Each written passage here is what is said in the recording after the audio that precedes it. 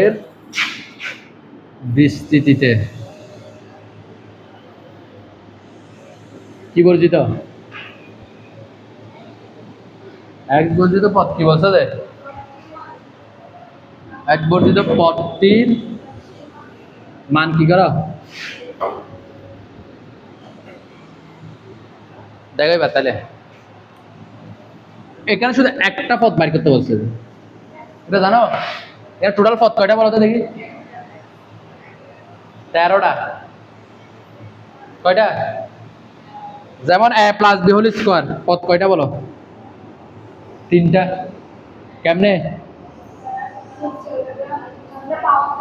পাওয়ার যত থাকবে তার চেয়ে একটা বেশি তাহলে এখানে পাওয়ার কত পথ আছে কয়টা এই 13টা পদের মধ্যে একটা পথ আছে যার আশেপাশে কোনো এক্স নাই ওটাই আনসার এখানে আমি এত বড় বিস্তৃতি কেমনে করবো করা যায় সূত্র আছে আমরা এতটুকু যাবো না আমরা এই সূত্রটা যদি শিখতে পারি কোন সূত্রটা তাহলে আমাদের এত কষ্ট করতে হবে না আমি মানে এটা কয়টা পদ নির্ণয়ের সূত্র একটা পদ মানে একটা সমীকরণের একটা পদ নির্ণয়ের সূত্র হচ্ছে এনসিআর এন মানে পাওয়ার আর মানে যে পদটা বের করবো ওটার আগের পদ এক্স মানে প্রথমটা ওয়াই মানে কোনটা পরেরটা আমি যখন ওয়াই লিখবো এখানে যদি মাইনাস থাকতে মাইনাস শুদ্ধ লিখতে হবে কথা বুঝতে পারছি তাহলে শুরুতে লিখবো কি লিখবো জানো এখানে এটা উল্লেখ করে দিতে হবে 2x minus 1/3 x² two the power 12 বিস্তৃতিতে কিসে আর প্লাস 1 তম পদে কোন পদে এটা অবশ্যই লিখে দিবা সব সময় 1 তম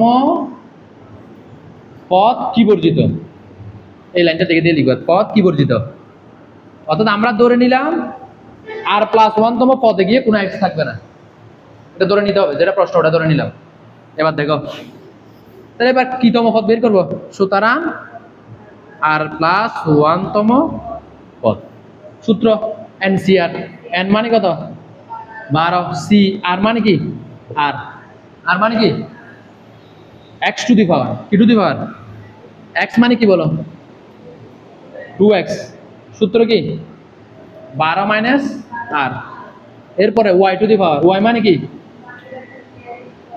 টু দি পাওয়ার কত আর মানে কি আর এই লাইনটা পারবা কিনা দেখো সূত্র থেকে অ্যাপ্লাই করবা আর কি প্রথমটার নাম এক্স দ্বিতীয়টার নাম কি ওয়াই দ্বিতীয়টার সাথে মাইনাস থাকলে ওটা কি করতে হবে দিতে হবে হ্যাঁ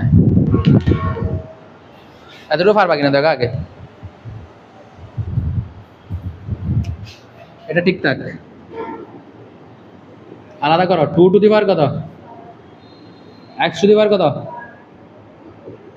মাইনাসটা তোমরা চাইলে আলাদা লিখতে পারো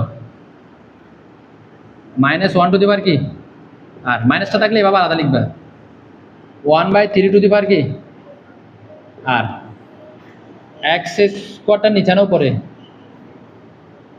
এই লাইনটা বুঝছো কিনা দেখো সহজভাবে বলি সবাইকে আলাদা করছে এটা যেরকম আছে সেরকম পাওয়ারটা একবার কাকে দিছি টুটে একবার কাকে দিছি এক্স কে একবার মাইনাস কে দিছি একবার 1/3 কে দিছি একবার 1 কাকে দিছি এক্স স্কোয়ার মানে সব কিছু আলাদা হয়ে যাবে আমার মেন কাজ এক্স বের করা কি বের করা তাহলে এখানে এক্স কয়টা দেখো এদেরকে আবার আলাদা আরেক জায়গায় লিখতে হবে আগে এই লাইনটা লিখো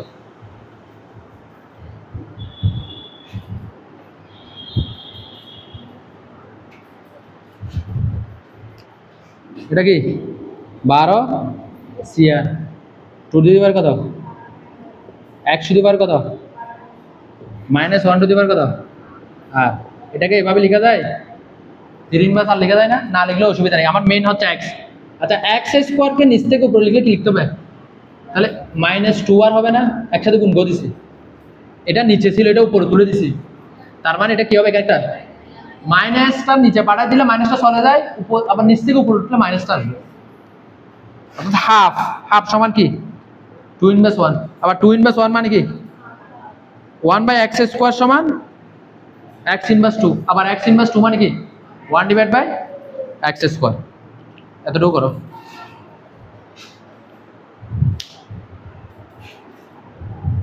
কবে লিখা যায় উপরে গুলো এগুলো আর লাগবে না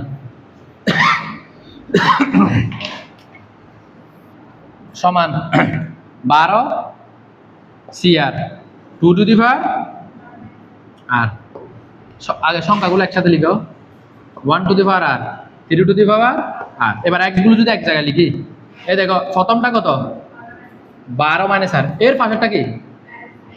আমার কাজ হচ্ছে এই দুইটা একসাথে লেখা।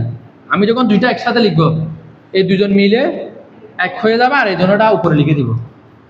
এটা নিয়ম, সূচকের নিয়ম হচ্ছে পাওয়ার, এটাকে বৃত্তি বলে, বৃত্তি মিলে গেলে উপরে দুটোটা একসাথে লিখা যাবে, মানে গুণের জন্য যোগ। এটা কি চিহ্ন? এখানে একটা যোগ চিহ্ন আছে, যোগটা লিখি না কেন? কারণ এখানে কি আছে? মাইনাস আছে। আনসার হয়ে গেছে প্রায় কাছাকাছি। এরপর আবার কি 12 C R 2 to the power কি 12 minus r minus 1 to the power কি আর 3 টু দি পাওয়ার কি আর x টু দি পাওয়ার কত 3 আর। এবার বলি এক বর্জিত পদ মানে কি জানো? এটা থাকবে না, বুঝো নাই? মানে আমি অঙ্ক যেটা করব ওখানে এই x টা থাকতে পারবে না।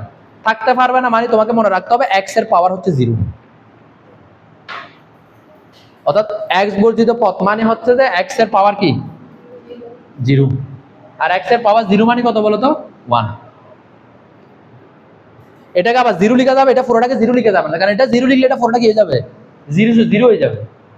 তাহলে আমাকে মনে রাখতে হবে কি x বর্জিত পদ মানে কি বুঝাইছে যে x এর পাওয়ার 0 বুঝাইছে। x এর পাওয়ার কি বুঝাইছে যে 0 বুঝাইছে, আর x এর পাওয়ার 0 মানে কি 1। অর্থাৎ ওই সমীকরণে এক কথা এটা এখানে থাকবে না, এখানে এটা থাকে না মানে ওই জায়গায় একটা কি লিখতে হবে 1 লিখতে হবে। এখন 1 এর অপর নাম হচ্ছে x টু দি পাওয়ার 0। 1 এর অপর নাম কি? এবার আমরা এখানে কি লিখতে পারি? এখানে লিখতে পারি প্রশ্ন মতে, এই জিনিসটা একদম সব অঙ্কে সেম। প্রশ্ন মতে x to the power 12 minus 3r is equal to x to the power কত 0। এটা একদম মুখস্থ করে ফেলবা। মানে x বর্জিত পদ বললে আমরা x কে আলাদা করব, যেটা আলাদা হবে সেটাকে আমরা x এর পাওয়ার 0 দিয়ে লিখব। কথা বুঝতে পারছি? অথবা আরেকটা কাজ করতে পারো, x না লিখে তুমি পাওয়ারটাকে 0 লিখতে পারো, এভাবে না লিখে এভাবে লিখতে পারবে। এখন যে লাইনটা লিখবে তুমি যদি বুঝে থাকো এটা লিখতে পারবে, সেটা হচ্ছে কি বা 12 minus 3r is equal two কি 0, এভাবে লিখতে পারবা।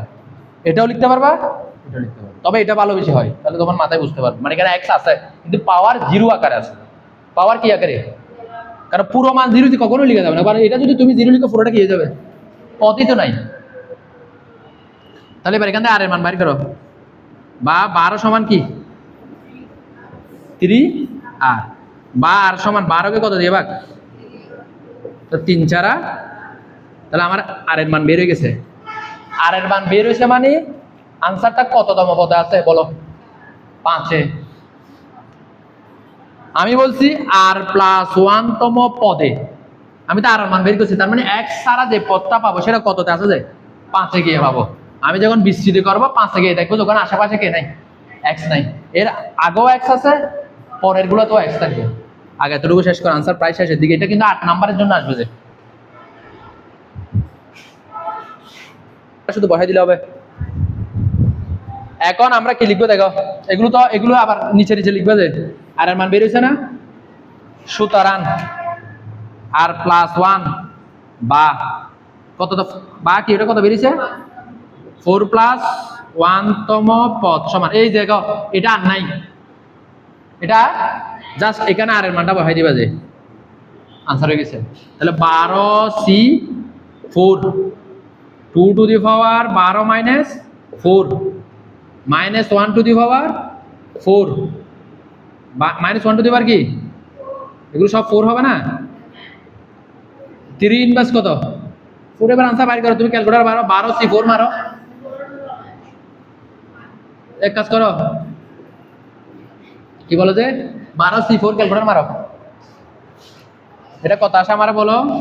2 টু দি পাওয়ার কত, এটা 8 মাইনাস 1 এর পাওয়ার 4 মানে কত জানো 1। কেন 4 এটা কি সংখ্যা, জোড় সংখ্যা। মাইনাসের পাওয়ার যদি জোড় হয় সেটা প্লাস, বেজোড় হলে মাইনাস। যদি এটা 4 না হয়ে কত হইতো, তাহলে এখানে একটা কি আসতো, পাওয়ারটা আর লিখতে হতো না। তাহলে এখানে আমার 4 থাকার কারণে এখানে শুধু কি হবে যে 1 হবে। আর এটারে কি লিখে যায়, এভাবে লিখে যায় 3 টু দি পাওয়ার 4 495।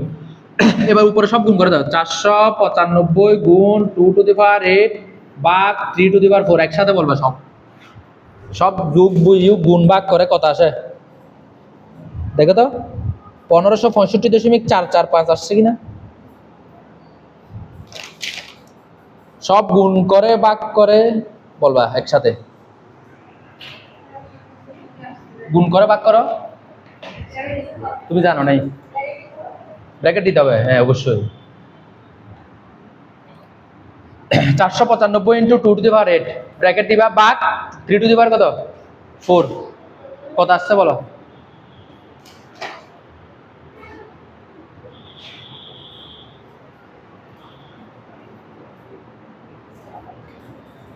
আসছে, তাই তাইতে বলতেছি 1566.445, 1544, সেটা অ্যান্সার। পারবা কিনা দেখো, পারবা কিনা দেখো।